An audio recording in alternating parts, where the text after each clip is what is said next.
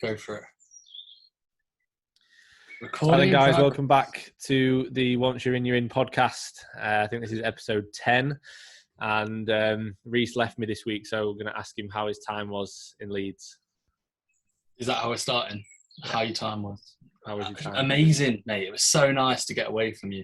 So in love. It was, honestly, it was fantastic. Not having to hear how badly injured you are after each set. Hey, that's you. I was stronger on legs. Like, yeah, because fantastic. I wasn't there to put you in your place. Mate, I do you on every single movement bar a squat variant, but and the leg press. ISOs, do you? Leg press, arguably, I usually do you. It's just recently, injuries aside. But yeah, I won't go in about my injuries, mate. Like I said, I'm glad I haven't heard anything from your side from injuries over the last week. So let's leave injuries out from this podcast. That'd be good. But no, mate, all good. Podcast was a few days delayed. I think that's the first Tuesday we've missed since you had your birthday weekend, which turned into a birthday. 2 weeks ago. Yeah, so we pretty much now we were first Tuesday we missed since last week. Yeah, since last week. So basically, we're now 1-1. The next person to miss a Tuesday. Oh, nightmare. But yeah, good week to be fair. Back up in Leeds. I'm actually got some bad news. I signed up to the graduation thing, so I'm going to be back there in like 3 weeks. So I'm going to be leaving you again, mate. You're I don't know. You're going to have to replace me. I've loved it.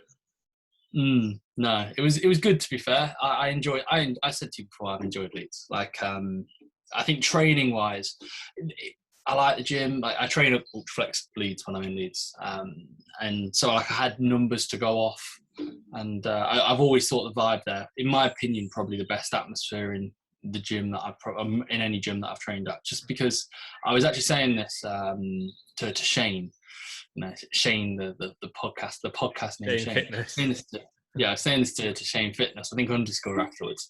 And I was like, at Ultraflex Rotherham, everyone's either an influencer or got a social media following. And I'm not saying there's no one's really got an ego there. It's a lovely place. The atmosphere is class.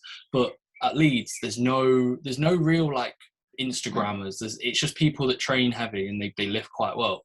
So like the atmosphere there it's different. It's more, I'm not going to say real because I sound fake as anything saying. It's so real in there, bro. But it's just a nice place to be. So yeah, a good few sessions there. Other than that, I mean, we went bowling. We went to the cinema. Was it just you two that went bowling? Yeah. So yeah, we practiced. Mate, she beat me. Shane beat me in the on the second go. Did me by like 6 points. It was a ridiculous game. She got 3 strikes in the last 4 goes. I got 3 strikes in the entire game. I was like an 8 out of 10 every single time. 3 strikes. I was like, this is class. 3 strikes out of the last, I think, 3 or 4 goes. It was bonkers, and she won. So yeah. Other than that, mate, cinema. We went to see Conjuring. Horrendous, awful film. Shocking. No, it wasn't even scary. Just poor. Was it? Really poor. So yeah, like I've watched them all at this point. Why didn't you go see Spiral, mate? Yeah, I know you mentioned that. Even if you've not watched the Saw films, you'd have still probably enjoyed that. It's good. Yeah. Well, either way. So yeah, that was pretty much my week in Leeds. That was it. There wasn't really anything else. How was your training, mate? I know you maintained your match reps for the first time on this true squat without me being there. So I thought like maybe I should FaceTime you midway through the session just so I can give you some support. You might have took a +1. No, it was a lot better without you there, mate. I really got to have my music on and just be in my own thoughts, and yeah, it was nice. I didn't have to listen to you moaning about shit. To be fair, like the Wednesday session, I was going to train earlier, but then I didn't end up having time. Like I thought I'd be able to get in there for like midday and then be able to do some work later on. But it just didn't work out. I think I had a couple of programs to do. But yeah, it was good, mate. Wednesday was sound. Like I said on the text, Watson incline wasn't feeling great, but other than that, it was a decent session. And the true squat, like, it felt heavy. You know, some weeks on the warm-ups, I'm like, yeah, it's there. Some weeks, like, it feels heavy, and I know that I'm not going to breeze a progression. Like, but yeah, I matched, and I was pretty happy with that. My right knee's not good, mate, at all. I'm going to get shockwave on it on Tuesday. But wait, say Aaron, and he'll tag you on a story. Like, he'll tag you in a story and a mention. My client Finn talking about potential shockwave therapy. Mate, £195 for 3 sessions. That's what he's going to be saying. 3 sessions. I just need it touching up every now and again. Yeah, before you enter the door, he's going to send you that £195 bill. That's what it's going to be. No, I'm going to get that. Everything else was sound. Yeah, the leg session was good. It's just, the true squat was sound.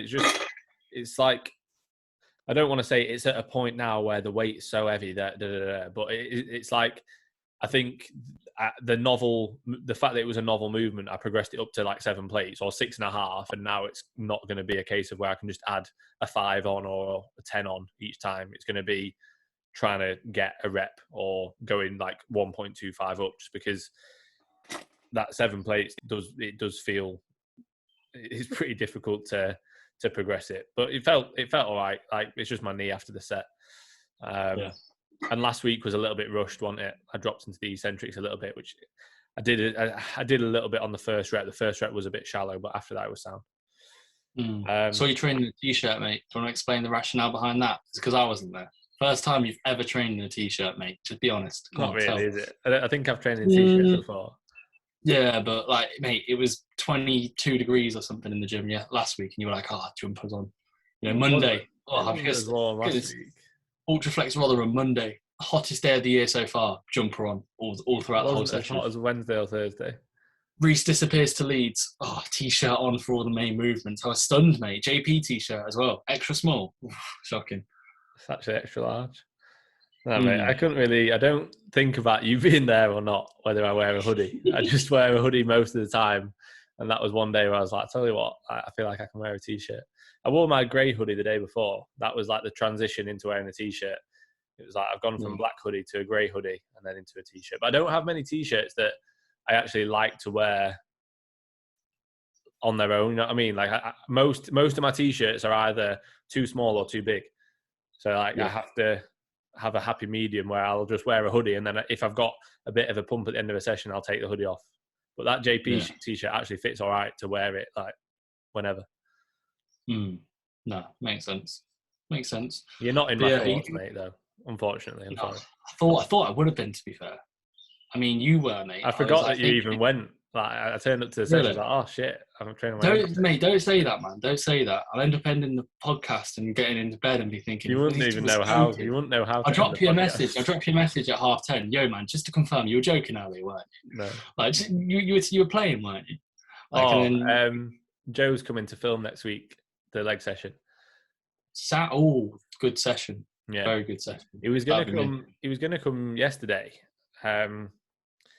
Last minute kind of thing. And I said to him, I was like, well, I said, I don't mind. I said, it is a solo session, so it won't be like as realistic as what my sessions are usually like, but you can come if you want. I said to him, like, how loud warehouse is that will need probably need a mic for when we're training. Yeah. So he's ordered a mic for next week. So yeah. Oh, that's all right then. That's good. It makes sense. So I'm gonna message to Tender, and I'm gonna message to Tender to come and train with us, and he's gonna beat you on the true squat. Mate, no chance. Mate, he probably won't. He actually could. Mate, I got 5.5 plates for 10. Like, did you? Okay. Yeah, it was 5.5 plates for 10. Like, that's not. It's bad, but it's not that bad. And with how well the Atlantis hack felt yesterday, mate, I'm tempted to put the hack in because I don't think I get on with that true squat. I just lose tightness. Like, I'm gonna play really high on that hack. Yeah, it was more so my heels. Like, it felt. But I'm just not suited to squatting at all, really. Like, literally on that hack squat, it felt fantastic. And that's with my feet, like my toes over the edge. Like, I tried to have them lower down and my hips were coming up, my heels were coming up. Like, it's a poor hack when it comes to like the angle. I've said to you, it's like lying in bed. I don't like it. No, it's too horizontal. Like, it needs to be steeper. If it was like 6 inches higher when it comes to like the incline, it would be better. But it was the best set on like any squat variant. It was the first time where I felt like, when you're about to hit failure and you get like 3 more reps, and you're like, wow, that was good. That was how it felt. It felt challenging, and I managed to actually, like, usually the second I lose tightness on a squat variant currently, it's like, that's it, gone, set over. So yeah, it was good. And then the pivot leg press, mate, was dire in comparison to the one we use. Your range was poor on that. No, mate, I'm not even joking. No, the angle. Shane, I said to her, I was like, the range is horrendous. And she was like, oh no, the range was literally, I was probably only about 3 inches off tapping the bottom. And it was a sense where if you actually watch my glutes, they're coming up at the bottom point. So it was just a bit annoying because it was where the range was solid. The camera angle was like, mate, imagine you're having the camera behind you, below you on the You can't convince me the range was good. It wasn't. Mate, I'm not even joking, it was sound. Like the range, I couldn't have got much deeper. I was probably having an inch lower and my glutes were coming off. So what could I have done? It was the angle was shocking. Like it just felt weird. It was so much worse than the. What brand is it? Is it the Cybex? No, mate, it was an unbranded. I think it was one of those like copy replica ones, you know, where it's just like a shit version. Yeah. But yeah, it was annoying because you can see my shoulder and you look at my knee and you think, the range is dire. But no, I wasn't looking at your shoulder. I was looking at your knee flexion. You were getting like minimal. I think if you were to see from the side, like literally, like Shane actually was like, she said randomly, she was like, I'm well surprised with how deep you go. She was like, you couldn't, like literally, she was like, you couldn't go much deeper, if I'm honest. Like it was just the machine being a bit shit. So, and I couldn't be asked. I mean, there wasn't any bands available. So it was like the maximum amount of plates per side. Mate, you're going on about how good this gym is, but there's a lot that you know. But it was a real good leg. Like the leg session was mint. Like the Atlantis Lingham was okay. You know, I came to the conclusion with the Atlantis bits of kit. You know, if you gym pin them, it's like they're not meant to be gym pinned because they're so much heavier. Like you can do the stack, and it feels like you could probably add 40 kilos. You add 15, 10, and it's like a completely different movement. It's like, you know, once you exceed the maximum load, probably the added friction on the cables from the from the stack, like being against them like that. Yeah. So no, and then I used the hammer strength shoulder press on Wednesday. Oh mate, that, again awful. The Smith was nice. That was good. 3.5 plates and 3. And then the dip was good. I got 70 kilos for a low rep set. And it was a ball ache. The handles were a bit wider. So it sounds to me like I'm complaining, but it was actually quite good. I enjoyed it. So, yeah, training week summarised. That's pretty much it. Are we going into some questions? I got a fair few, to be fair. I did. I actually got quite a lot. Right, let's have a gand. Was there anything else that you wanted to add in, or is that everything, mate? Anything you want to note for the podcast? I mean, it's been obviously know that I'm second favourite now, which is sound. I mean, got to get over it. Yeah, I know. Sorry, mate. You actually, I saw Jordan, you know, the lad that I used to train with, and I told Shane, I was like, this was the original Finn after I met Finn because he was my training partner there. And it was sad seeing him. I said to him, I was like, I'd just love to be training with him still, bro.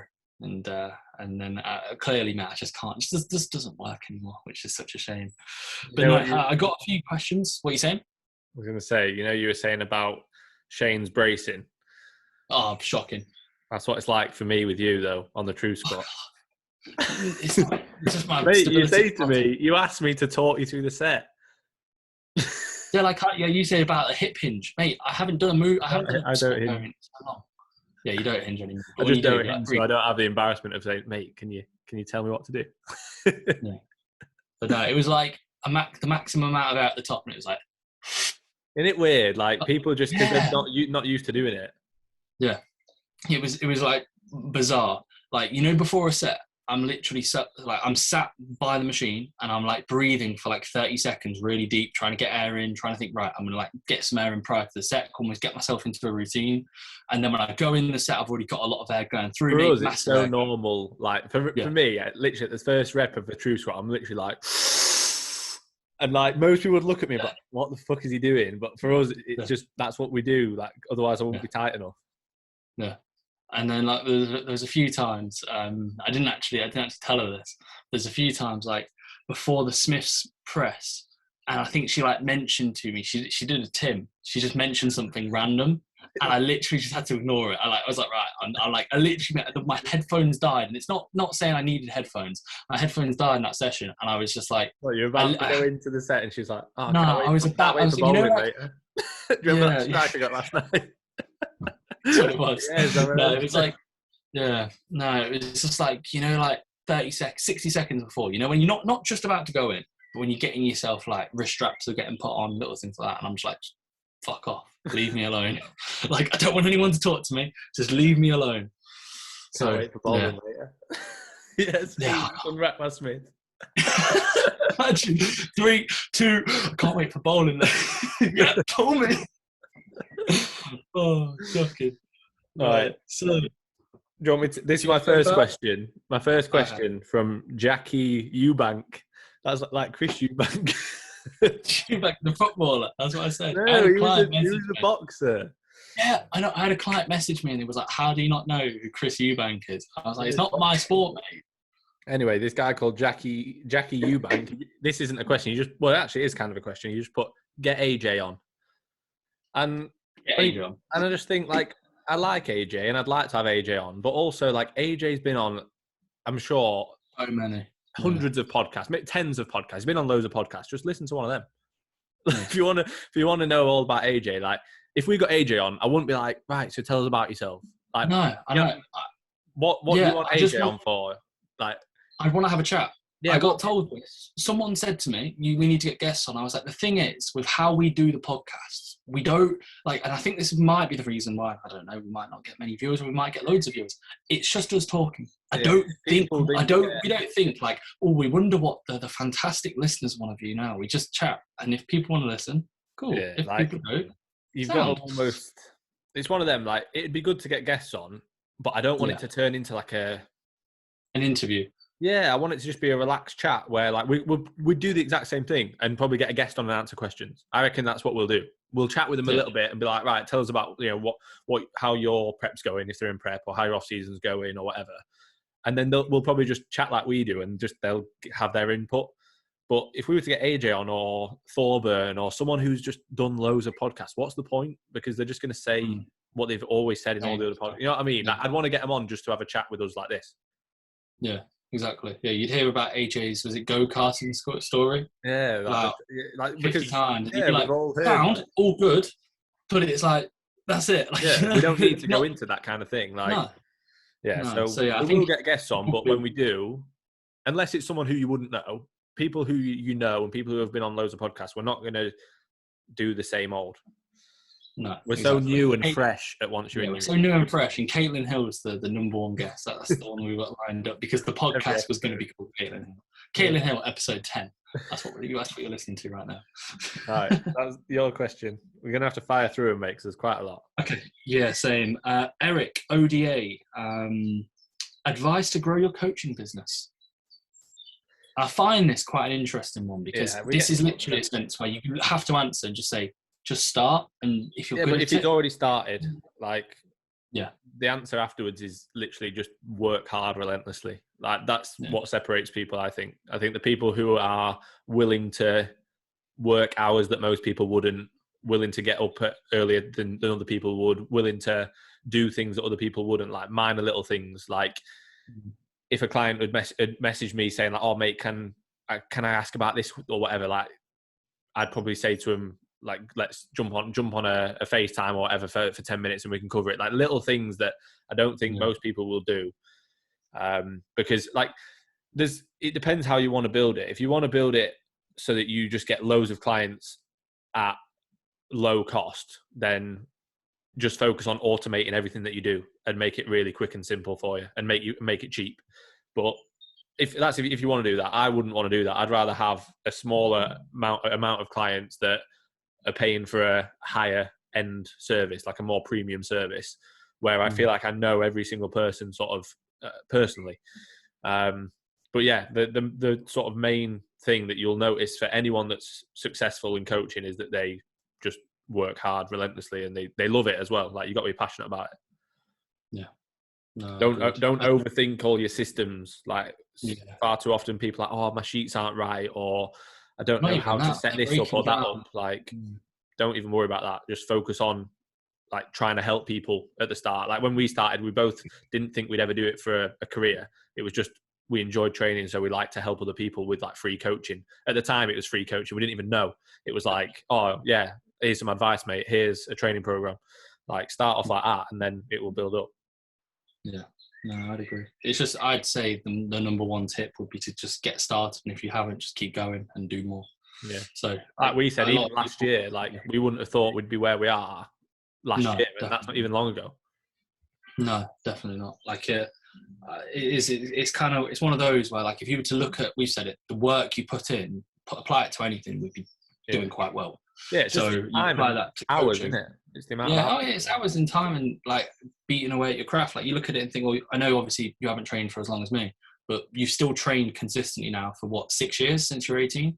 So you could say that's 6 years worth of work that you've put into your craft to develop your own knowledge from your own training. Likewise for myself and little things like that. And obviously it's not going to be time spent. Like it's not going to be time spent in the gym equates to a good coach. You can be in the gym and just piss around, but there will be a certain degree where, let's say when I was like trying out different exercises when I was 14, 15, 16, when I was writing up free plans for friends and family and people at the gym when I was again 15, 16, 17, like that's all going to play a role. And then you mix that with, as you mentioned, being relentless with a work ethic where, for example, I can categorically tell you if I've got any clients listening, they have never not got a check-in on their check-in day.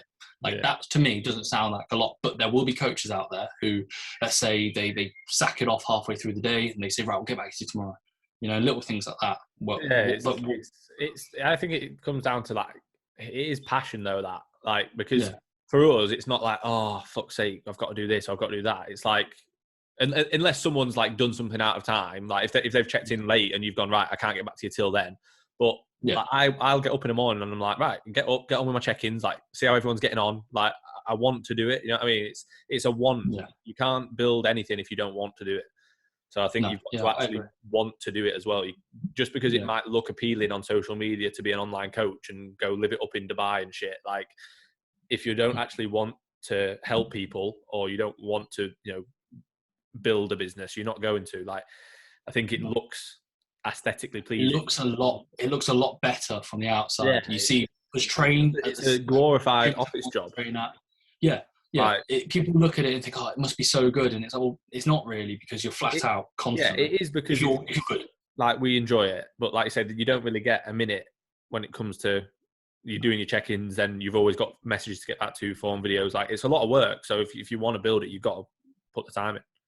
Yeah, and you also have to understand it's a lot of time without much reward in the sense of clients, or if we're talking strictly monetary. Like if we're going off that first 6-month period.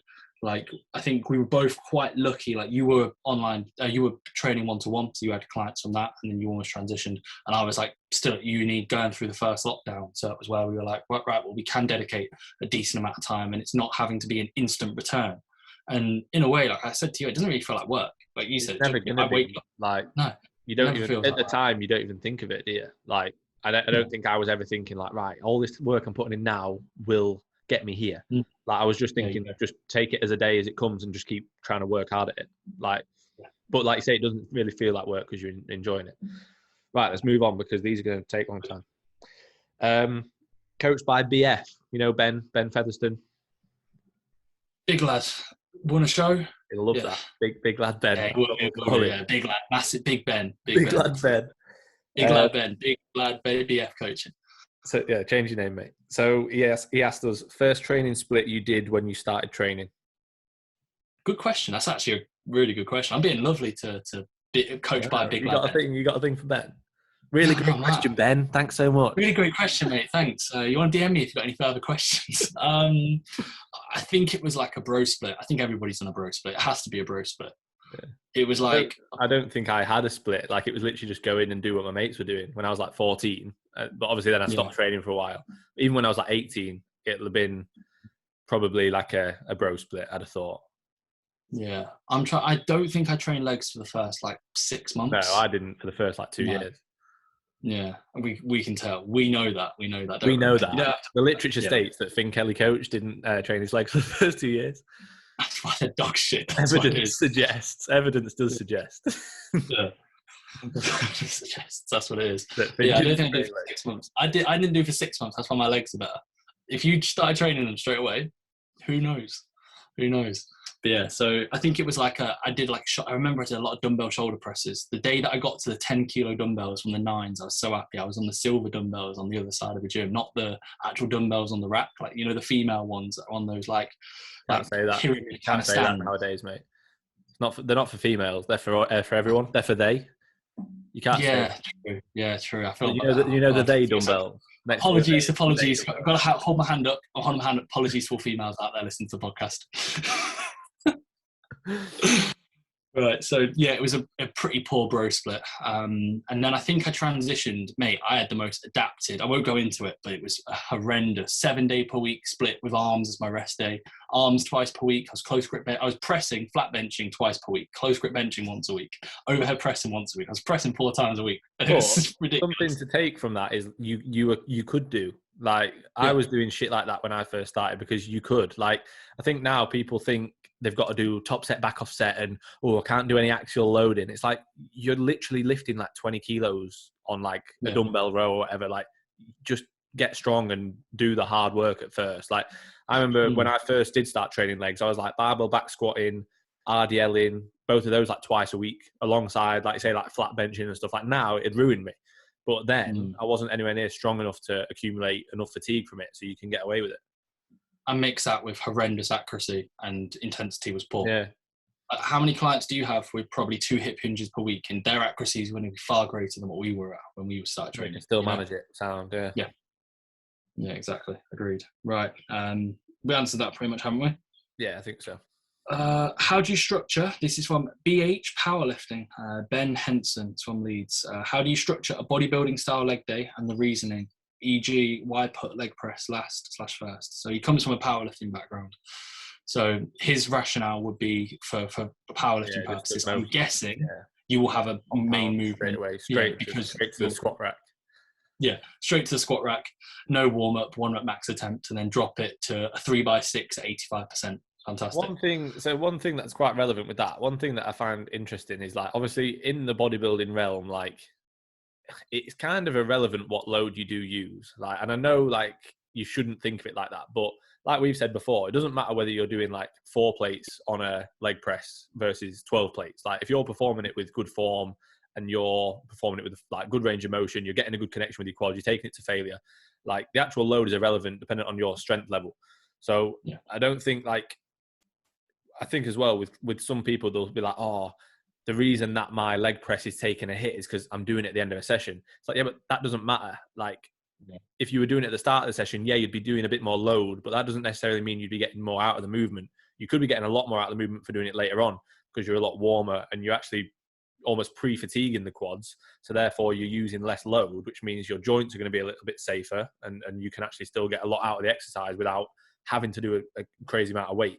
It's like, you'll see some of the strongest guys will do like their squat right at the end of the session or their deadlift right at the end of the session, because that means they can do 2 less plates per side and they can preserve, like, they can save themselves from battering their joints and still get a hell of a lot of stimulus out of that exercise. So I think when you're looking at it from a bodybuilding perspective, don't worry necessarily exactly about how much load you're moving. Like, it's all impressive. Yeah, great. You're doing this amount of weight on whatever lift. But what's actually impressive is no one cares how strong you are when it comes to a competition. It doesn't matter how strong you are. Like, it matters what you look like and how much muscle you can build, how much tension you can put through a muscle. That doesn't mean just go and do an easy weight. You should still be trying to be as strong as possible, but with good form. And sometimes, like, a leg press later on would be a good idea because you're then going to get maybe more out of it. If you've done like a hamstring curl, leg extension prior to that, your knees are going to be a little bit warmer. I think as well, it makes a lot of sense having the isolations first because they're usually sort of more so focused on the shortened range, especially like a leg extension. I don't really, obviously we've done leg extensions in the past later in a session, and I've even had clients on it later in a session. But it doesn't really make that much sense when it's the only exercise we can do to shorten all the quads. And it's the only exercise where the quads are fully challenged in their shortened range. So to put it later in the session, you can do like a intensifier in the lengthened range, but it just doesn't make that much sense. I'd rather do a movement that's actually loaded more in the lengthened range. So isolations I'll usually program first, not only for sort of some warmth around the joints, but also for that reason that you can, with the fact that you can get the muscles short and with more power at the start of a session, I'd rather put them early. And then it gives you the ability to still get a hell of a lot out of your compounds, but maybe being able to use a little bit less load and still get as much out of them. Yeah. I mean, mate, that's a fantastic answer. Honestly, fantastic. 10 out of 10. I was agreeing with pretty much everything, mate. Nothing more really needs to be said. I think, like, I don't want people to take that the wrong way when I'm like, it doesn't matter what weight you're lifting, because that doesn't mean irrelevant. Try and be weak. But yeah, exactly. Yeah. It's relevant to where you are and your level in that session, your level of strength. Like, it's all well and good being like, oh, I can deadlift 240 kilos. Like, yeah, cool, but your back's still pretty poor. Like someone might deadlift 160 and they have a better back because they've got better connection with it. Their form is better. They control it better, whatever. So yeah, I think it's not always, same with like some of these strongmen, like or powerlifters. Like some powerlifters who are crazy strong, but because they don't work in any high rep ranges, like they haven't really got. You wouldn't look at them and be like, oh, they look like they've got good, good amount of muscle. They've not, because they don't work in high rep ranges and they don't actually accumulate sort of enough volume to generate enough hypertrophy really to build like a bodybuilder style physique. Yeah, no, agreed. Yeah, spot on, mate. Flawless. Well done. You got a question or? No, mate, let's leave it there. Just leave it on a high. See you next week, guys. Appreciate the support. Fantastic question. Fantastic answer. I mean, all points ticked. I don't think there's really be anything else that we need to add to that. I mean, Ben, there's your answer, mate. Fantastic. Was that another Ben? Two Bens? No, yeah. Two Bens. Have we got another one? If you've got another one. Then I don't know. I've got someone here called Improve Fit. Let me check his name. Improve Fit, like Reese Fit. Some questions before. Oh, his name's Martin. Martin. Right. Not answering your question unless you're a Ben. Ben podcast. No, but would you find it beneficial to work with meal plans for beginner clients whilst educating them? I usually prefer the initial week or two to be not horrendous, but a bit off, if I'm honest, because I would look at this from I'd take a step back, view the client and think, right, long-term adherence, compliance is probably going to be dependent upon variance of their meals, and therefore that kind of flexibility that would naturally a beginner would want. If you were to tell a beginner straight away, eat this, stick to this, if you don't go off plan, they will have one day where work pops up, something, they can't eat a meal, they're going to feel like they've probably screwed the whole day over. And it wouldn't surprise me if, let's say, that if it was on a Friday, they might have a horrendous weekend, which comes around to their check-in the following week, and they've had 3 to 4 horrendous days, they've took steps back, and I'd be saying, well, it's probably not ideal. So I usually prefer the thought process. So for example, with like how I would if I had a beginner client, I have an example meal plan on the sheets. So basically based around their macros. It's not absolutely to them, like to the T, but it's very close. Like it's, if they could focus on it, they might be 3 or 4 over or under when it comes to carbs, fat and protein. They can then pretty much follow that if needed, but I try and strongly suggest creating their own meal plan based off, let's say, maybe 6 to 8 carbohydrate sources for potentially 3 to 5 meals per day. Likewise, the same can be said for protein and fats. And there's also further resources such as like a macro breakdown and nutrient timing sheet, which will break down the role of each meal. So meal 1, percentage of, let's say, carbohydrate in that meal, protein, fats, so on and so forth. And it's almost where you kind of have to expect a bit more work from them. But if, again, from a coaching standpoint, if they're not willing to put in that work, they're probably not going to be great clients in the long run. So I usually prefer the first week to be a bit of a hit and miss, and then we can go from there. And if we need to intervene with a meal plan 3 weeks down the line, 4 weeks down the line, it could be on the cards, but I really try and stress the variance from a long-term projection. Yeah, I agree, mate. Good answer. Well done.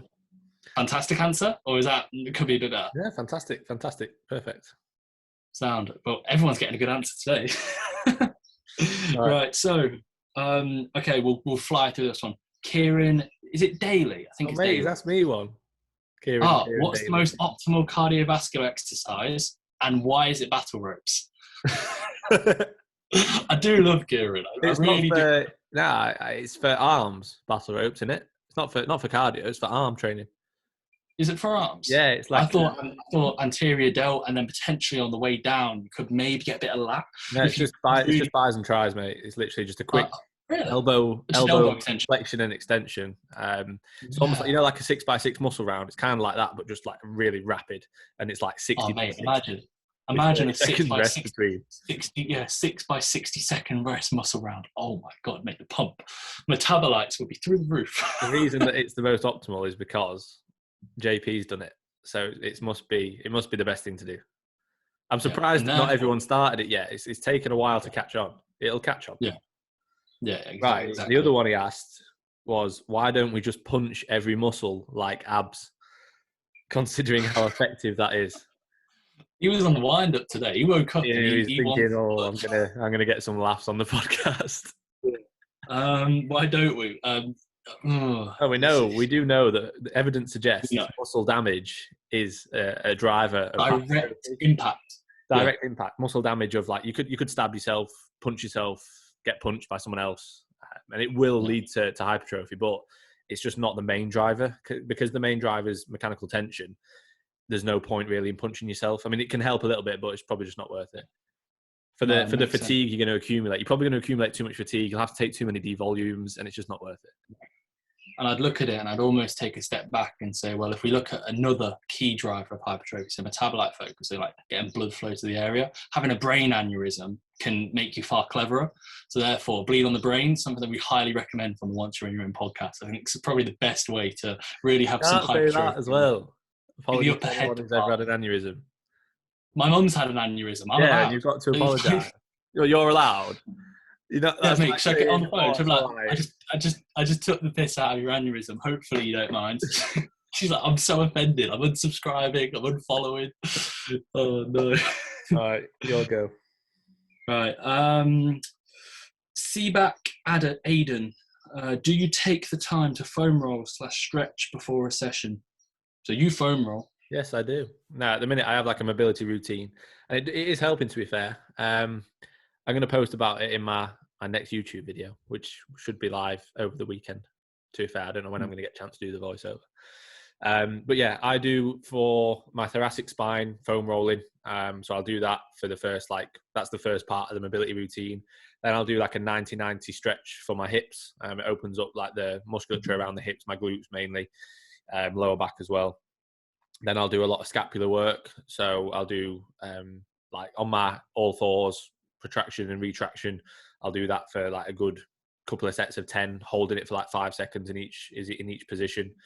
And then I've got at the minute like a movement to do that Aaron prescribed me with a band. So I'll basically push it away from me, turn my wrist into a neutral grip, and then bring it above my head, just to again try and get sort of some strengthening of the scapula, some blood there, and trying to strengthen up that left side because it's still a bit of an issue. So that's what I do prior to every session at the minute. I was doing it like on rest days, but similar with posing, like with my rest days being my busier work days, I don't really end up getting chance. Just so hectic. I just don't really get chance on those days to get it done. And if I did, it's like, I've actually got this to do instead. Whereas when I'm in the gym, and it's like once I'm in the gym, and I just got to get it done. So I get the mobility done prior and my posing done after. Yeah, I think that sounds quite funny. I bet people are listening, be like, why can't you do it on a rest day? But it is a sense when you're in the gym, that's time for you and to focus on yourself. Like at home, it's like focus on others. So it's our rest days, like we put a lot more check-ins on rest days. Like I have other things to do on rest days, like programming. I'll put more on rest days. Like some rest days, they're busy. Like on a training day, it's usually just check-ins and form feedback. Sometimes you'll get a chance to maybe do an application or a setup, but more often than not, they're done on rest days. Yeah, no, I'd agree. And it's like it's where you're weighing it up and you're like, can I take 15 minutes out? Like, and I've got this and this and this. Yeah, exactly. And it's not in your part of your structure and routine. If you always did it, I think it'd be okay. Yeah. I'm in a good routine now, aren't I, though, of doing it prior. And I do feel like it loosens me up for my session. And I do steps during this point. So basically, I do steps. To answer the question, I don't take the time to foam roll. I do intermittently for my back. So like if it's prior to a hinge day, the day before, I'll definitely do a fair few stretches in a sense, but not really pre-session. And in a sense, I'm not a massive fan really of like static stretches prior to sessions. I don't, like the literature suggests we shouldn't do them. I don't do any static stretches. It's just like mobility stuff. Yeah, so just get a bit of blood there. I'm not a massive fan of usually do like open and close the gate. I'll do some of them. I'll do some side steps. I'll get some cones out usually, and then I'm ready to go. Some shuttle runs. No, yeah, I do some shuttle. Too high. No. Okay, fair enough. Yeah, too many calories burned makes sense, especially as how fat you are, mate. Carrying on your question. Yeah, I'm leaner than you now. I'm only 30 pounds heavier than you. That's so good. I'm peeled, mate. I'm still peeled. I'm 6 weeks out. I'll always be 6 weeks out. Yeah, always 6 weeks out. Doesn't know how to eat 6 weeks out. This is from Jack P Fitness. Pardon? Jack. Oh, Jack. I thought, mate, when you said Jack P, I was like, no way. Jack P. Some Jack P. Yeah. Oh, hello, Jack P. How are we doing? if you won 50 million on the lottery, I don't know why 50 million. Could be, I don't know where we plucked that out from, but 50 million. How would you spend it? Oh, right. So firstly, OnlyFans subscriptions, get them ticked off. Got about 5 to 10 that we've both created a list for. So we'd probably get those ticked off. At all. No. I think I'd almost kind of like allocate. You know what I think I'd do, and it would sound really boring, but I'd just leave it for like a week. I wouldn't want, maybe even longer. I wouldn't want to make any impulsive decisions because I know I'd regret them. And I know you could say, well, you've got unlimited levels of money. I think I'd put like 40 of it to invest in 40 of it. Like, I wouldn't just put it away. I'd invest 40 million of it. I'd probably give a few million to different charities, and then I'd probably spend 5 million on like things like getting us a house, getting a nice car, buying my family, like my sister, a house or whatever.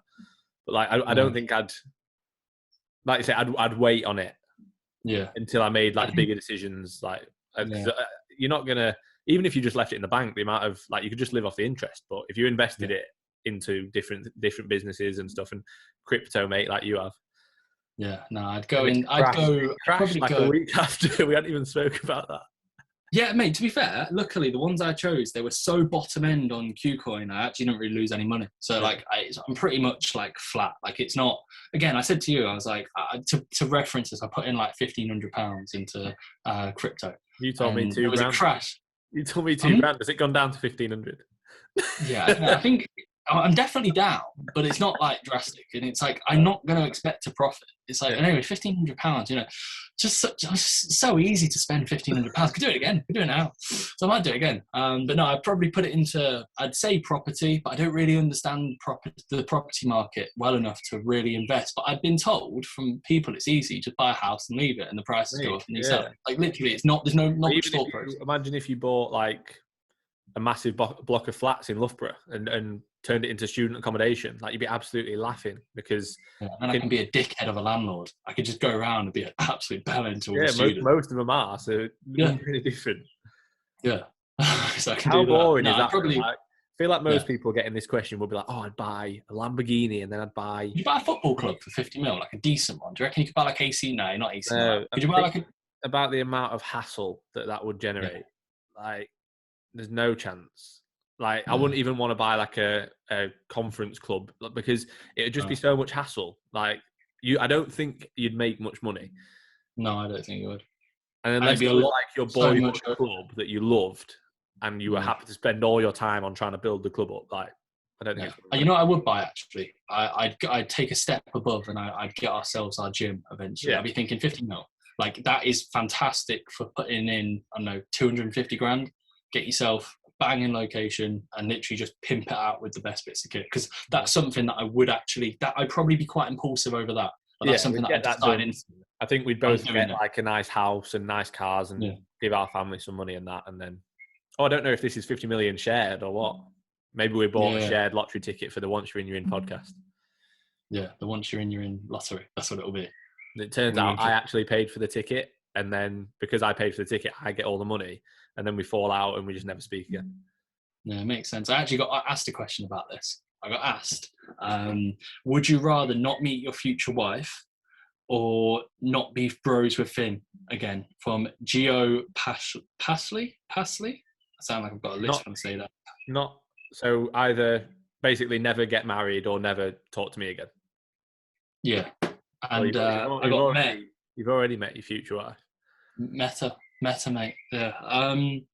It's a challenging one. The thing is, like, not everybody's going to meet their match, and like, you might just marry someone who you think, oh, she's all right. Yeah. Like, it doesn't have to be that perfect individual, and if not, I don't need that. I don't really care enough to be that perfect individual, mate. Yeah, I am.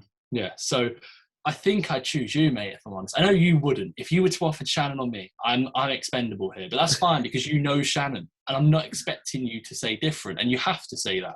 But if you were in the same boat as I am, I think you'd probably say the same. Yeah. It's one of them where, like, until you do know that it's the person that you really want to be with and you're 100% sure of it, like, you can sort of think, well, you know, I could meet anyone that I really get on with, but it's not necessarily the person that you have to spend the rest of your life with.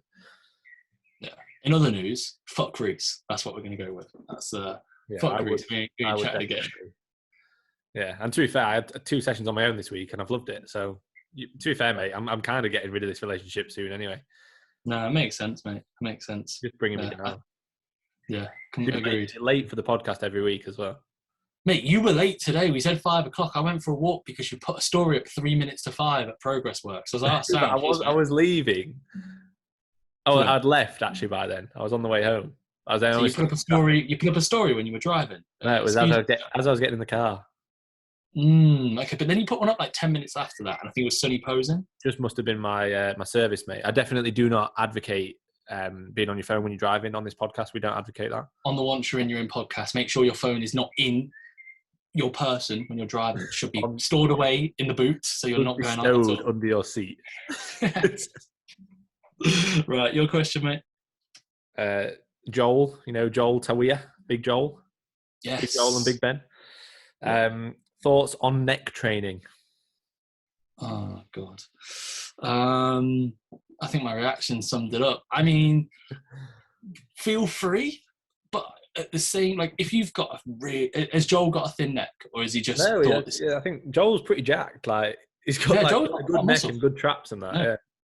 No, Joel's got a good amount of muscle. I would be saying, like, from a bodybuilding standpoint, if you can build up your hip hinges, if you get progressively stronger, most of the time a neck is going to grow to not a decent degree, but it's going to grow. One thing though, what I would say with that, do you actually want a big neck when it comes to physique? Because you're trying to look bigger, and if your neck and your head is small, you look bigger. So illusions. Yeah, like especially for like men's physique. Like, I get it if you've got like a tiny neck in bodybuilding and your traps are like, if your traps are really shit as well, but for men's physique, if you've got quite like a thin neck and a small head and you've got really wide shoulders, you wouldn't want to build your neck up because it's going to take away from that illusion of how wide your shoulders are.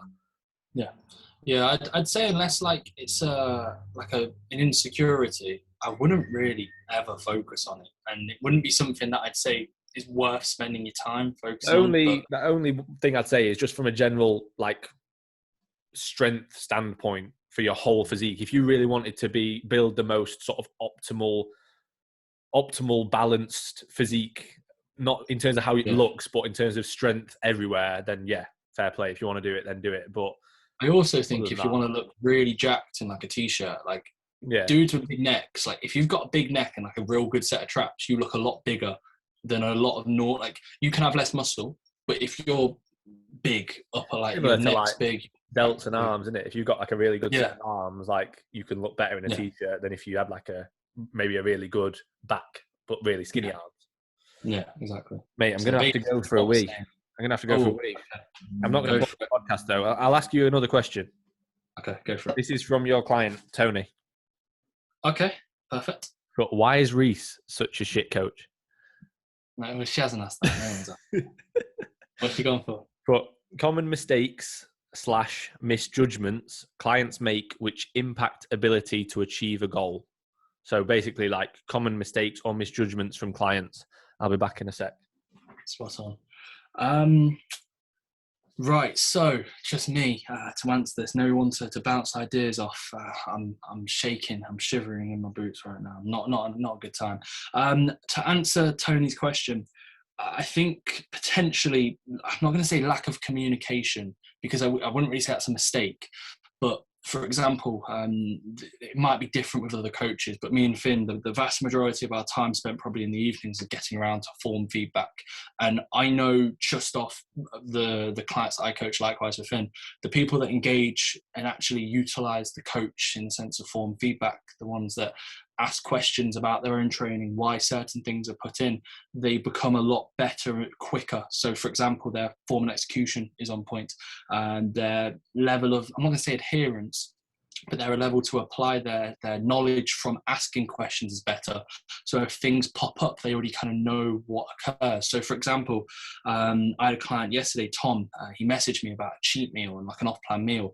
And this is something that I know Finn would probably attest to as well. We never would really set an off-plan meal. We might set a high day for a client if they're in a reversal phase or a prolonged fat loss phase. Hello, mate. But it would be a sense where I gave him the information. I said to him, these are the pros and cons. And then it was upon him to almost not make the decision, but I almost pushed him towards one way. And I said to him, well, you're more than welcome to have an off-plan meal, but you've got to understand that this is the reason why we don't want that off-plan meal for where you're at currently. And he had the information at hand to then say, you know what, I'm not going to have the off-plan meal. So to summarize now that Finn's back, basically, mate, what I said is I first off mentioned form, feedback, utilizing the coach, asking questions and actually engaging with the individual. And I said that the people that engage in form feedback, I know with all my clients, the ones that they don't have to send me every single session or every single movement, but they send me the main movements, a summary of the session. We can make sure execution staying on point throughout a meso. So for example, 12 weeks down the line, yes, they might have added 30 or 40 kilos, which is fantastic, but is their form staying the same? And then likewise, asking questions on their check-in. It's not just week's been good, 35-second voice note. Those are the kind of clients where their check-ins might be 8 to 10 minutes instead of 10 to 12 or 10 to 15. And let's say, as you mentioned, having a FaceTime with a client, chatting to them, sending them voice notes. I've spent plenty of time explaining if a client mentions anything about like fatigue levels and it's a new client, I'll walk them through in a check-in if it's as such or on a voice note, the reasons what we'd look for a devolume, the thought process, the deload.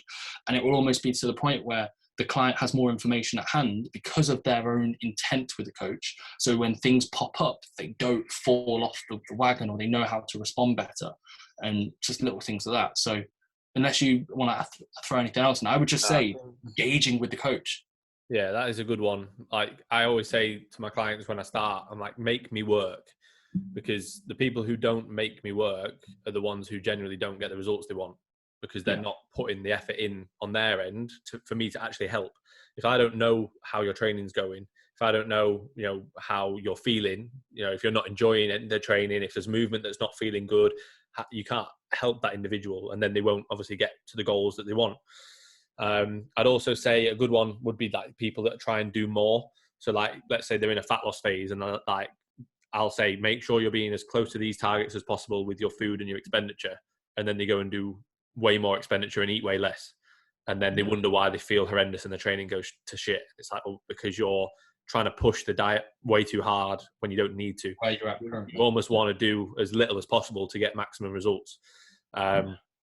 Same in one other thing, which is quite a big one, is people wasting the transition into a gaining phase. So going from a fat loss phase to a gaining phase, especially if you've got lean enough, you're in like the best position ever. You can pretty much like transition and get on quite a lot of food and still look really good and feel really good, and your training performance will absolutely fly if you do it in the right manner, if you do it gradually, and if you make sure that you're being as accurate as you were when you're dieting. What most people do is they finish a fat loss phase, they're like, oh mint, I've finished this diet, now I can just eat what I want and go into a bulk. And it's not a case of just going and eating everything you want, because then within the space of 2-3 weeks you've really just gone soft and you're not really happy with how you look, and your training performance hasn't got any better. So you've kind of wasted that. We've done like a fat loss phase or a priming phase, if you want to call it that, and you've pretty much just wasted it. So then it's like, well, now you're in the same position that you were a few months ago because you weren't able to control that transition. So that's one of the main ones, or there are a few of the main ones on top of what you said. Yeah, no, agreed.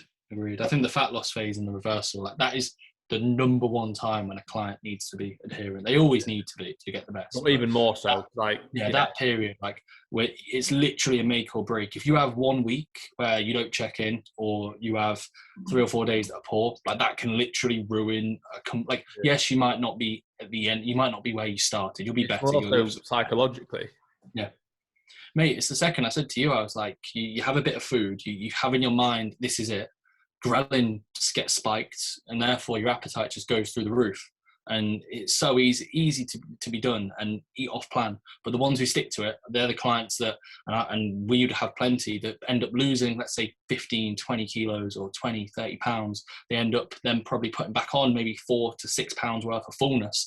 Their lifts within 6 weeks are better than they've ever been. They're probably leaner, and it wouldn't surprise me if they're bigger as well. And then they're in such a good phase. Like they'll start like here, where their composition's pretty poor, their training performance is pretty poor, their body weight is up here. Then you'll sort of prime them, get them in a much better position. They're leaner, they're much more sort of sensitive to food, their training's in a way better position. And then they end up being up here where they're heavier, but they're leaner and they're stronger and they're in, you know, a really good spot. But a lot of the time they'll go here to here, and then from here, they try and rush to get to here. And that's when you end up being back over here. So it's like, you need to, for people that are listening, I'm sorry, I'm actually doing some movements.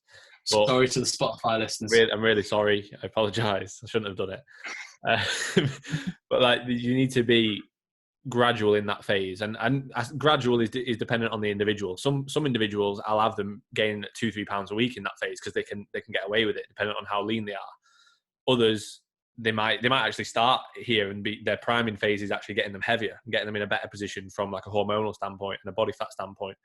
But yeah, I think that phase, regardless of if it's pushing up or regardless if it's a transition, whatever it may be, it's doing it in the right manner, not just being like, oh, well, I'm in a gaining phase now, so I can just eat shit and not follow any kind of macro breakdown or nutrient timing, just eat shit and my training won't. They think it's like, oh, well, I'm bulking, so my training's going to get better. Yeah. But if you're not actually progressively getting stronger or utilizing that food, then your training is not going to get any better. It's going to get worse, actually. Yeah, exactly. And then your insulin sensitivity 3 months in is going to be piss poor, and you're just going to be in a really bad spot, and you have to diet again. And everyone's done a yo-yo diet in the past where they've gone into a fat loss phase, into a gaining phase. Right. Mate, hear this. I got abused on these questions. I got 2 questions from the same account.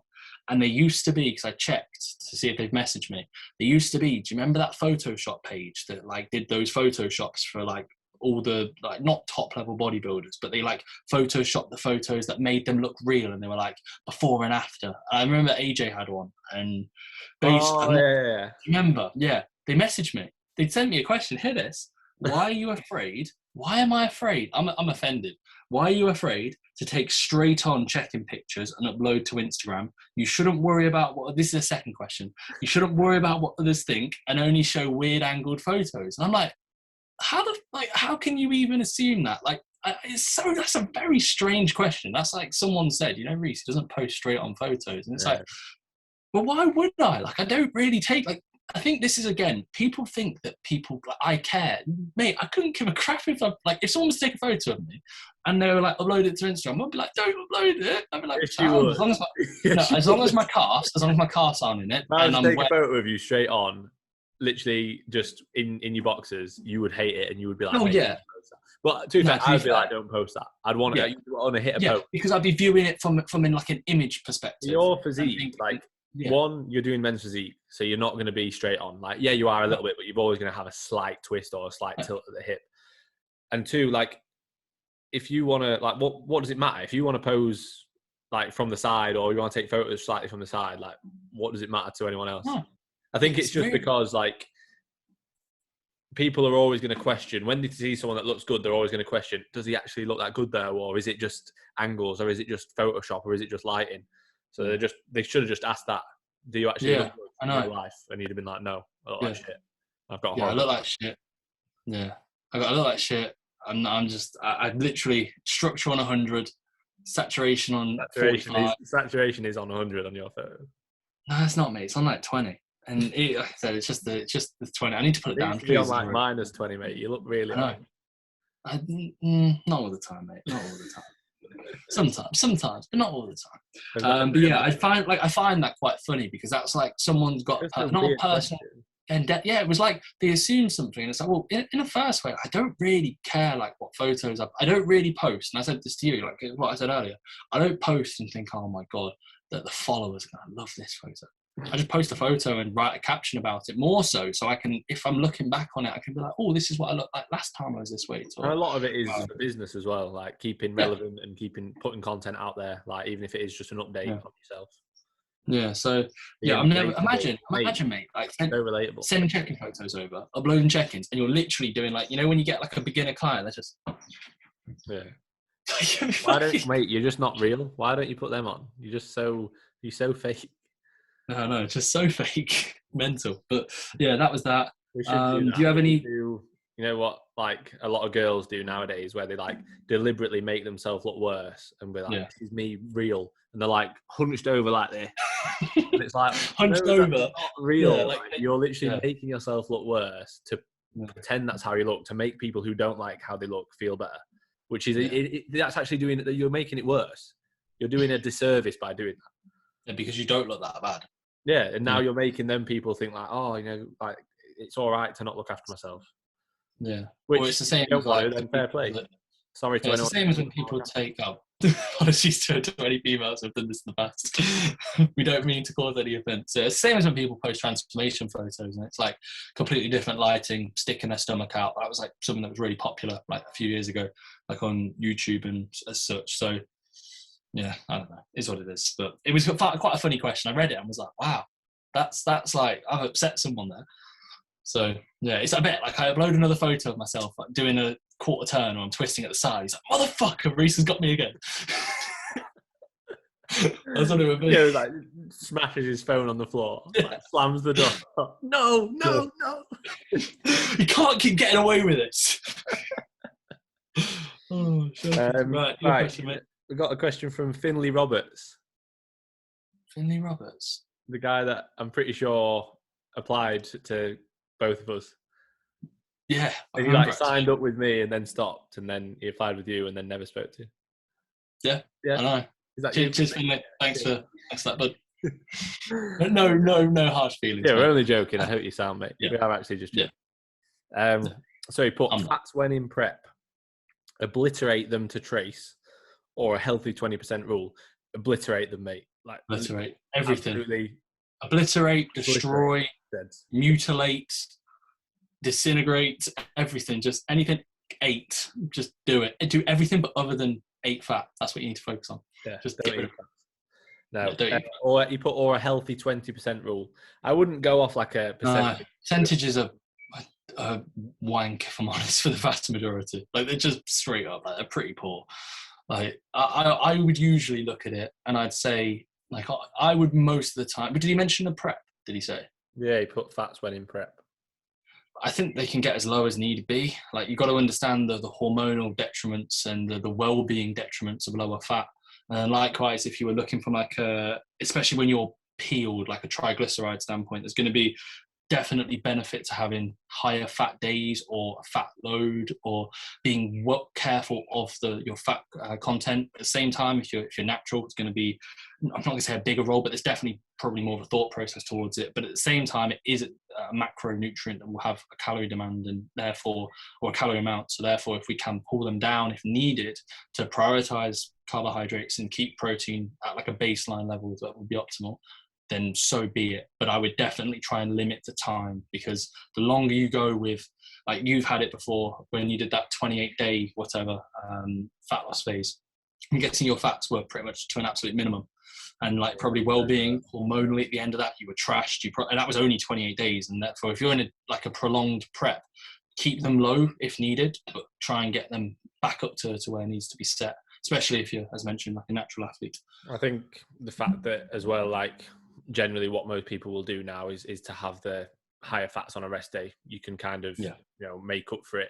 I think more often than not, even in off season, like especially when you get on quite a lot of food, like your fats are pretty much going to be traced on a training day. Like if you're trying to utilize as many carbs as possible, they might not be completely traced, maybe probably a little bit more, but when it comes to a prep, like if your fats are traced on a training day, let's say they're as low as 30 to 40 grams, then just make sure that you're getting a little bit more in on a rest day and trying to have a little bit more like essential fatty acids on those rest days. Like, but even right at the end of my prep, I was still having salmon on a rest day. I was still having I think at least 50 grams plus of fat. So it is because obviously they weigh obviously quite a lot in terms of their caloric value compared to protein and carbs. They are an easy place to pull away from. But if you do it too much, especially with females, like you are just going to feel horrendous. We should have mentioned females, Sorry, that's something females. Sorry, all females out there. Don't take the advice until we actually state what we do for females. So imagine a girl's just clicked off the podcast, gone onto MyFitnessPal, 20 grams of fat. So I've got to get straight. Don't need it. Yeah, don't need it. She also doesn't need any hormonal fluctuations over the next month. Just fuck off. And she's only allowed to use the 1 to 9 kilo dumbbells, like you said. Yeah, exactly. I think they went up to 10s actually, but yeah. It was the black dumbbells on the other side of the gym. Don't dig yourself more of a hole. The black dumbbells, silver dumbbells. Apologies to the silver dumbbells out there. Real big If shame. you're a silver dumbbell and you're listening, I'm sorry. All right. My question time, or I think it's my question time, isn't it? Question time. Yeah. Yeah, question time. We've already kind of answered this, mate, but from Andrew Horn, I saw him in Leeds. It was good to see you, mate. He looked good, yeah? Yeah, he looked really good, to be fair. It was a bit annoying. I only saw him on Tuesday, and it was when I was doing cardio. So, like, I saw him, chatted to him for a bit, and then went upstairs, and by the time I was done, because my cardio sessions are so brutal, I was up there for 3 hours on the stepper. No hands, level 15. Oh, brutal. 2,500 calories burnt. But yeah, so I saw him, and I said to him, "Oh, mate, we'll get some photos. I'll see how you're looking, like in person." And then it turns out that he had gone. I haven't dropped him a message actually. I thought I would have seen him again. Yeah, he was like, fuck it. But no, he was training the tank, and he looked really good. You saw some photos of him, like genetically he's solid, just needs more muscle. But he asked, what's your favourite thing about being a coach? So one thing, we're not going to go into detail, one thing, shoot. I'm thinking. Okay, I'll answer. I'm going to say being able to control people's training and nutritional strategies. Pretty boring, but being able to control people. Yeah, that's it. Just manipulating people. I think that would be it. That would literally be it, because it is quite cool. Like, it's a cool thought process when you actually break it down. That's my favorite thing, I'd say. You're going to say something like being able to change people's lives for the better. I can guarantee you're literally thinking, how is fkphysiques going to grow from this one segment? No, I was literally going to say the mental side of it, like being able to help people mentally, because I think that is a massive thing. Like, when someone says, like, mate, you've changed my mindset, or you've actually really helped me, I'm so much more positive now, I'm a lot of a happier person, like, that to me is more important than being like, oh, look how peeled you are, let's get on stage. Like, it's great. I love being around bodybuilding all the time, and I love, like, say, helping people with their training, and I love programming. I love making changes. I love being like, right, we're going to do this because of this, and explaining things. But when someone actually changes as a person for the better, I'd say that is my favorite part of it. Yeah. I was more thinking, like, even though both are psychological, you were just thinking about controlling people. Yeah. No, I think that's a good point. There's plenty of benefits from it, to be fair. Like, saying one favorite thing would be harsh. There's so many, if I'm honest. Like, it's what we mentioned. Like, there's not many things you could do for the time frame that we do them. It doesn't really feel like work. And we wake up every day and we're like, oh, this is our daily routine. This is what we're going to do. Like, there's not many things. I can't honestly think. But that being said, that's how I am now. I can't think of doing anything else. And I know you'd say the same. So long may it continue. That's what we'll say. Your question, mate. So this was from Spencer Cromarty. Fair enough. Chromosome. Spencer Chromosome. Yeah. How much do you both think coaching helps in bodybuilding? Has it helped a lot? So I don't know really what he means with that. How much do you both think coaching helps in bodybuilding? Has it helped a lot? Okay, so do you reckon he means, like, are we better bodybuilders from coaching? Yeah, I think we'll answer it from both aspects. I think he either means being coached or being a coach. Do you think that they are beneficial for being a better bodybuilder? So having a coach, definitely, I'd say. In a way, employed me. Mate, no chance. I wouldn't go for you. I'd want someone who knows more than me, first off. But I would look at it and I'd be thinking, doubtful, very doubtful. Shannon just looked at me and went, Shannon went, God, I was thinking of actually applying for her. What's her rates? Has she got any spaces available? But no, so I would say those people at Mackey's, we were like, I have to do their check-ins. Yeah. Did you tell her about that? No. She wouldn't find it funny. She doesn't find me funny. No, she wouldn't. She'd just look at you and be like, God, you're silly. What have I done? Yeah, I know, shocking. But no, I think in a way, yes, it's gonna be beneficial if you're to have a coach, because you've got to understand that even me and Finn, like there's so much more that we could know. Like right now, me and Finn will be putting in a lot of time into developing our knowledge. I think it's definitely something that over the next few years we'll be in a far better position. If a year ago I thought, oh, my knowledge is sound at this point, I look back and I think, oh, I'm so much better now. You'll say the same. And therefore, there's people out there who are going to have far more knowledge than where you are at currently. And is that going to be positive from a bodybuilding standpoint because of the increased knowledge, because of the application that you can apply that knowledge into? 100%. So I would view it, if we were just to talk strictly from getting a coach, yes, because if you can gain someone else's knowledge and utilize that, if you were to work with a coach for 3 months, 6 months, 12 months, that will almost level you up and get you to a stage where you might not be as clever as them. Yeah, that might not be the case, but that's not the goal. There's always going to be leaders and people that are going to be far more experienced than you are. But for you to almost skip a few ranks of progression in the sense of like your overall knowledge, yeah, 100%. And then what was the second point? If like us being coaches has helped our bodybuilding. Yeah, I don't know. I think that's what he means. That's how the question. Yeah, I thought that's what he means. That's how it's worded. But I would say to an extent, because if I was working like a night job, like night shifts, or like a shift-based job where it was like 6 till 2 and 2 till 10 and whatever, and I was on my feet all day, I was a labourer or something like that, like I wouldn't be able to have as productive sessions as I have. Like I'd be able to train well and I'd be able to eat at decent times. I might not be able to manage my nutrient time as well as I can now. I probably wouldn't be able to manage my recovery as well as I can now. Probably wouldn't be able to train exactly at the same time that I want every single session. So we are blessed in that aspect. So yeah, I think to an extent it does help. Like even from PT, when I was PTing, like now I have so much more control over every variable. Whereas when I was PTing, I didn't. I had a decent amount of control. I could still train people when I wanted to, but if someone cancelled, I was having to come back home or I was going back there, and little things like that are just added stresses that now I don't really have. So I think that doesn't necessarily mean coaching. It's any job that you have, you control everything. Yeah. Yeah, no. But would you say your knowledge from being a coach has helped you be a better bodybuilder? Because I think that might be the third point that we could go off. I guess experience with other people, yeah. But I think I'd still have the same knowledge for myself. Even if I wasn't going to be a coach, I'd still want to know as much as I do now for myself. And I'd still want to educate myself as much as possible. But I guess the experience from other people, maybe. Because there's some things where like what might work for a few different clients, you think, oh, like maybe that might work when I do that phase. Like if I've got a client in a prep, there's a couple of things that you might realize work well that maybe you haven't done in the past or something like that. But I think you'd probably experience those things yourself anyway. Yeah, no, I'd agree. Right. We'll have a look. I think we're coming to the end, mate. How many do you have more? 2, I think.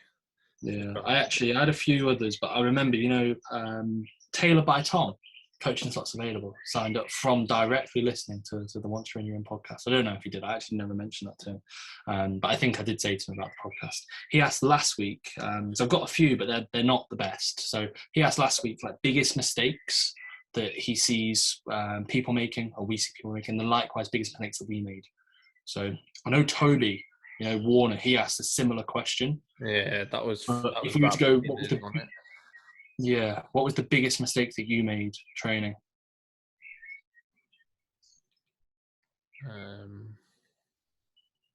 Probably not training legs early enough. Yeah. We did answer this though.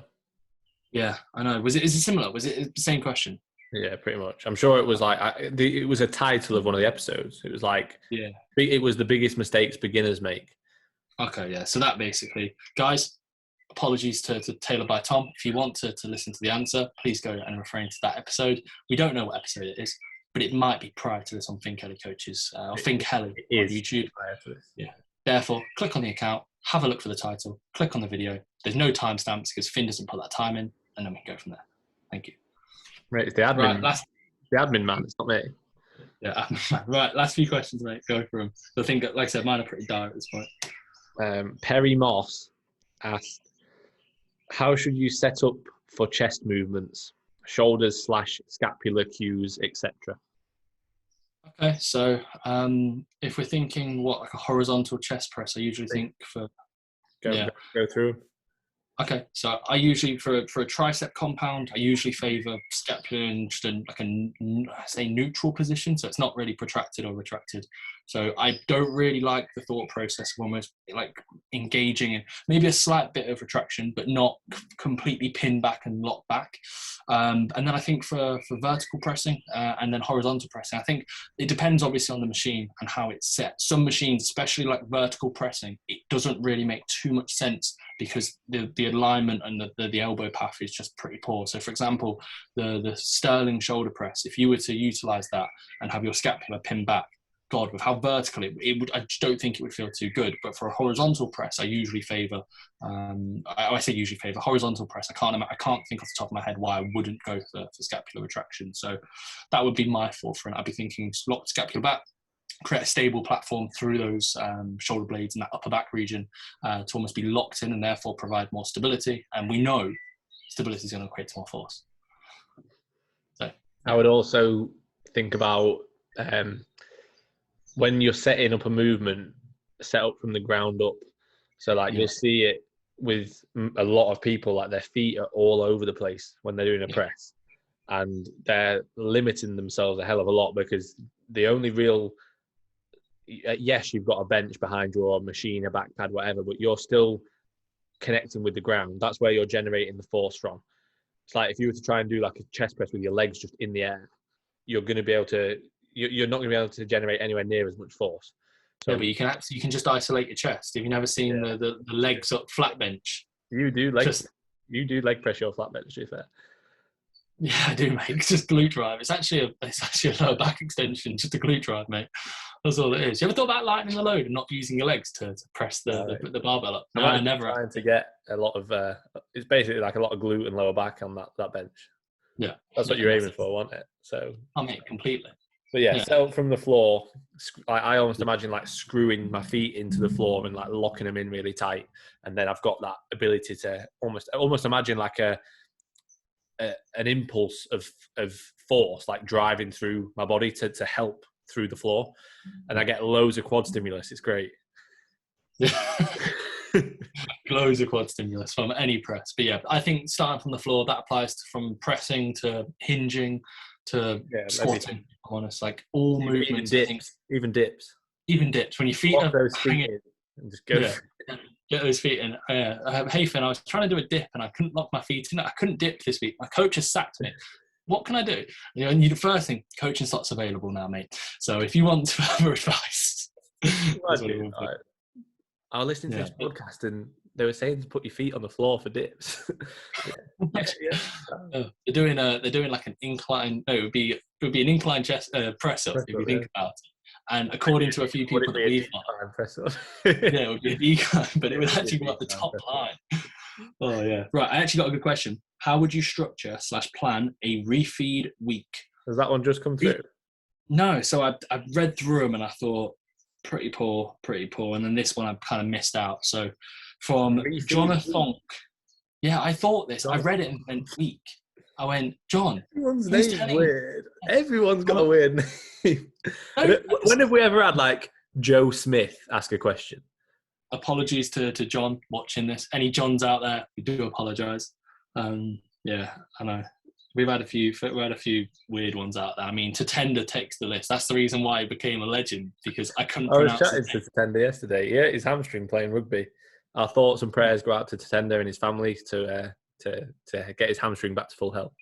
And anyone with hamstring injuries, also, big thoughts of you. From a quadricep fan, big thoughts to the hamstring. Yeah, quadricep. But it's whenever, like, I won't actually go into it because it's a bit of a sick joke. I'll tell you later, mate. It's about football and like a few tragedies, and there'll be like supports coming from a Liverpool fan, and it's about Man United and some tragedies. It's like, why you got to mention your Liverpool fan? Just say support. Yeah. But yeah. So first off, Jonathan, I don't know why you're thinking of refeed week.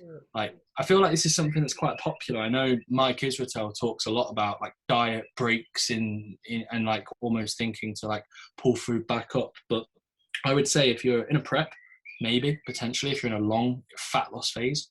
But for the vast majority of individuals and the people that would most likely ask us questions, the whole thought process of a fat loss phase is to lose fat and to ideally maintain or even improve performance, ideally improve.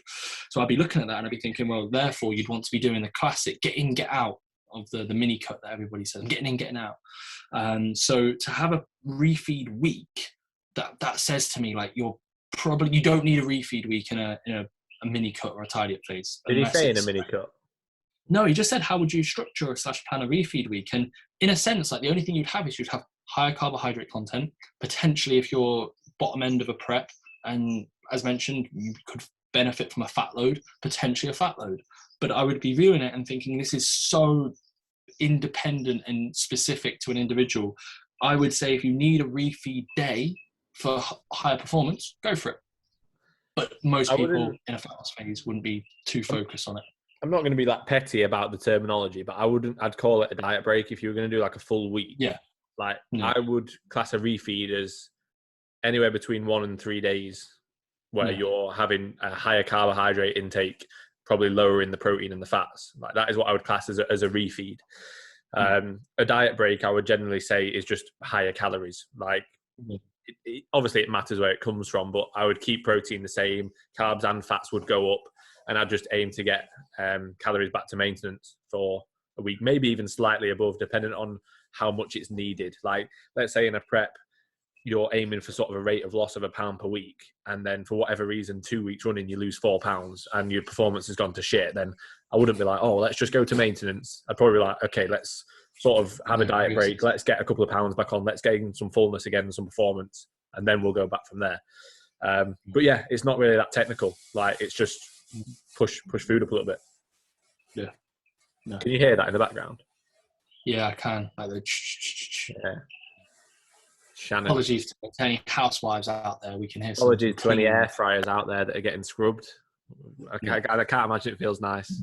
She's been sat there moaning, the air fryer needs scrubbing. I'm like, yeah, go and do it. I need you to make my next meal. It's my next meal. M4. Who's at M5 at this point? It's M5, mate, yeah. I've been on the M4 earlier. I was on the M1, M2, M3 and M4 today. I've been everywhere. Really? Yeah. Yeah, mate. I haven't ate today, actually. I forgot it was a non-train day. I forgot it was a day, and I just haven't ate any food. And I was like, oh, no. I didn't even know it was a day today. Yeah, I thought I'd already had my calories. Looked at my MyFitnessPal, 0. And I was like, oh, my God. Mate, I haven't eaten. And I was ill yesterday as well, so I couldn't eat on that day. But yeah, right. That's all my questions ticked off. Have you got any, mate, to finish? I got one more from Hugo, shredded Hugo. Yeah, shredded Hugo. Is he still shredded? Still shredded, mate. He's growing. He's definitely growing, but he's psychologically struggling to put on body weight. But he's doing well, to be fair. It's just a very slow rate. Like, he knows it's not optimal, but he is doing really well, actually. He's in Norway. He's moved to Norway for work. Oh, that's good. To be fair, he's doing great. He's doing really well. What's the gyms like in Norway? I asked. You didn't answer. Are they good or are they pretty poor? What? What's the gyms like in Norway? Are they good? Or he got there beginning of this week, mate. So he's sent me over his check-in's not till Sunday. So you're like, Hugo, catch me on Sunday. He checked in. He sent me over a list of the equipment, but the video, there wasn't even a video. There was one photo of the gym. So I said to him, when you can go, because he's in quarantine at the minute. So I said to him, when you can go, just film the gym. Because the one photo I had, it was like, all I could see was a T-bar and a pull down. And I remember saying to him in his check-in, I was like, if all I can program is this, mate, it's not going to be a very exciting program. No. So he's going to film it when he goes. But yeah, he asked, is 4 sources of different, and then he put veggies, fruit, proteins, fats, etc. So basically, I'm assuming he means 4 sources of any different food. Is that enough, or is it too low?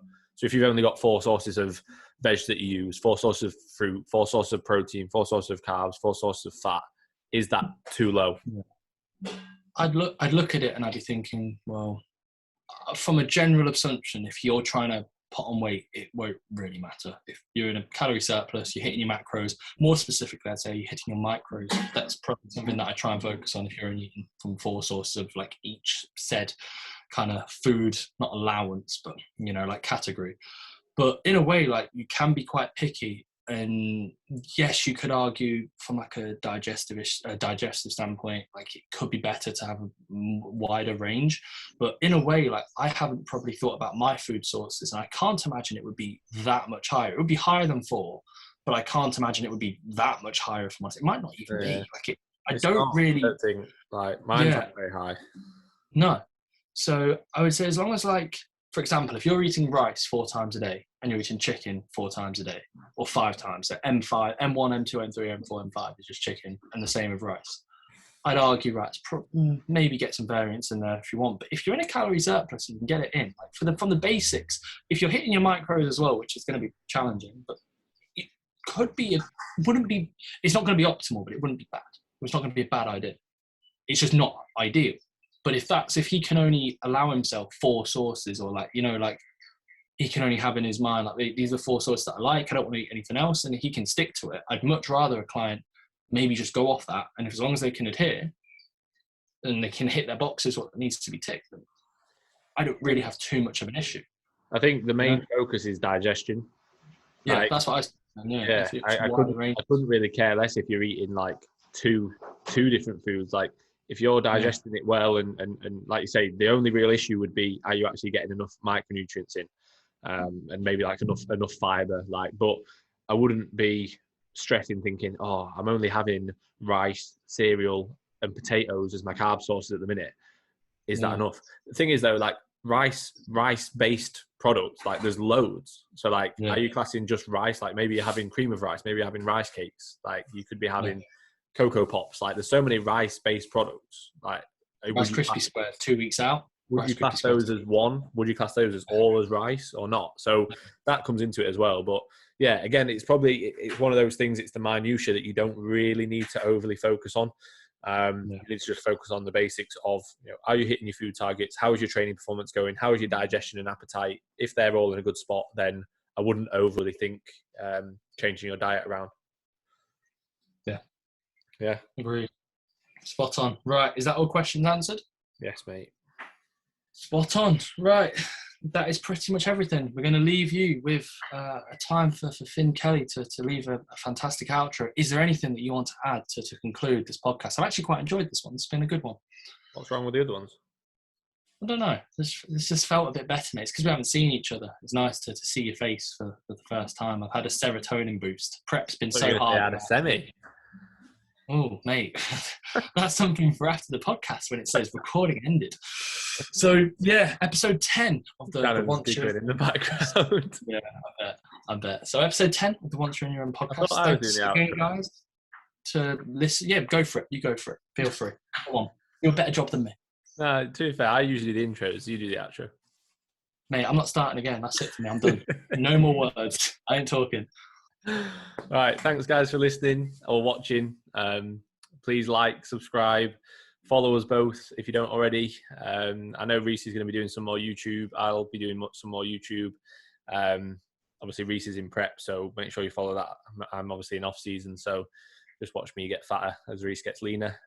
And yeah, other than that, appreciate the story tags, keep them up, and any questions that you have for the following podcasts, either drop us a message or just keep a lookout for when we put the question box on Instagram. Cheers, guys.